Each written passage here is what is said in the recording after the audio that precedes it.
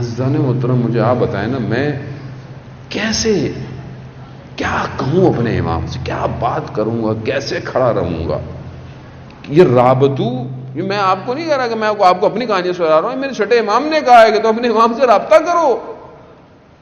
میرا رابطہ یہی تو ہے کہ میں کچھ تو مناجات کروں، کو گفتگو کروں، مولا میری مدد کیجئے، میں آپ کے لیے کیا کروں مولا.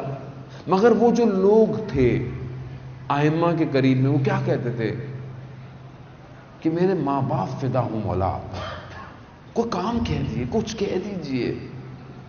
ابھی ہم جیسے ہماری کیا اوقات ہے عزیزان محترم، ہم گناہگار خطا خار، یہ تو بس اللہ نے یہ لباس پہنا دیا تو لوگ عزت کرتے ہیں ہماری.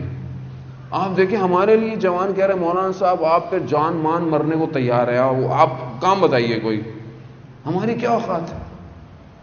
اور وہ ولی خدا، حجت خدا، اس کے لیے کتنا میں ہوں تیار،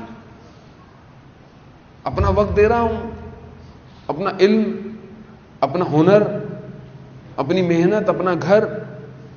میری بیٹی مجھے اس دن کہتی ہے بابا ایک کرسی لا کے رکھیں گھر میں. میں نے کہا کیوں؟ میں کہا بیٹا اتنی ساری کرسیاں ہیں. کہتے نہیں یہ تو ہم سب بیٹھ جاتے ہیں اس پہ. کہا نہیں ایک کرسی لا کے رکھیں اس پہ کوئی بھی نہ بیٹھا کرے. میں نے کہا بیٹا کیوں؟ کہتا بابا تاکہ امام زمانہ کی یاد تو آئے. آپ اسے بچی معصوم ہے، وہ چاہتی ہے کہ ایک کرسی گھر کی خالی رہے.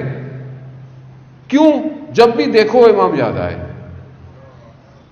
میرے گھر میں کوئی دیوار پہ، میرے کمرے میں کہیں یا مہدی کچھ ہے؟ میرے موبائل کا وال پیپر ہے؟ کوئی چیز ہے جس کو میں دیکھوں تو مجھے روز امام یاد آئے؟ اور پھر میں کہتا ہوں مولا یا لیتنی کنت معکم فافوز معکم، کاش آپ کے ساتھ ہوتے. یہ قوم کاش ہی پہ چل رہی ہے بس. مولا کہہ رہے ہیں میں ہوں، کاش پہ کیوں جا رہے ہو؟ امام حسین کے ساتھ کربلا میں ہوتے. میں ابھی ہوں، میں ابھی کا حسین ہوں، میں حسین کا بیٹا ہوں، میں حسین کا فرزند ہوں. میرے ساتھ ہو تم.